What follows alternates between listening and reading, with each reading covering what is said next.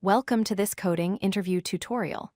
Today, we are going to tackle a classic problem found in many technical interviews, finding the longest palindromic substring.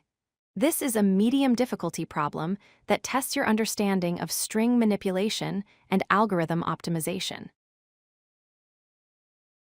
Before we dive into the solution, let's clarify our terms. A palindrome is simply a string that reads the same forwards and backwards, like racecar or madam. A substring is a contiguous sequence of characters within a string. It is important not to confuse a substring with a subsequence, which does not need to be contiguous. Here is the problem statement.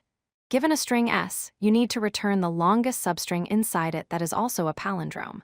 For example, if the input is B a D, the output could be B a B or a BA, as both are valid palindromes of length 3. If the input is CBBD, the answer is BB. The most intuitive approach is the brute force method. This involves 3 steps. First, we pick every possible starting position. Second, we pick every possible ending position. And third, for each resulting substring, we check if it is a palindrome and record the maximum length found. However, this approach is very inefficient. Generating all substrings takes O of n squared time, and verifying each one takes O of n time. This results in a total time complexity of O of n cubed. For large strings, this solution will be too slow and will likely time out. We can do better by observing a key property of palindromes. They mirror around a center. Instead of checking every possible substring from scratch, we can iterate through the string and treat each character as a potential center, expanding outwards to the left and right as long as the characters match. There is a small catch. Palindromes can be of odd or even length. An odd-length palindrome, like a BA, has a single character at its center.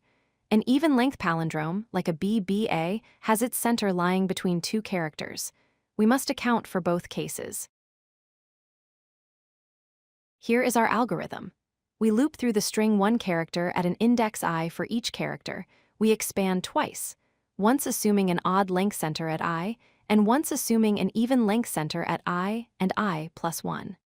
We keep track of the longest palindrome found during these expansions and finally return the substring.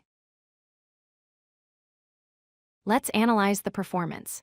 Expanding around a center takes linear time, or O of n. Since there are roughly 2 n centers, the total time complexity is O of n squared.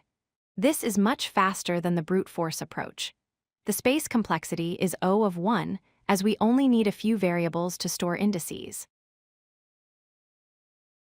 To summarize, while brute force is easy to think of, it is too slow at O of n cubed. Dynamic programming is a valid O of n squared approach, but requires extra memory. The expand around center method is generally preferred for interviews because it achieves O of n squared time with constant O of 1 space complexity. If you like this video, hit that like button and don't forget to subscribe. Visit codelucky.com for more such useful content.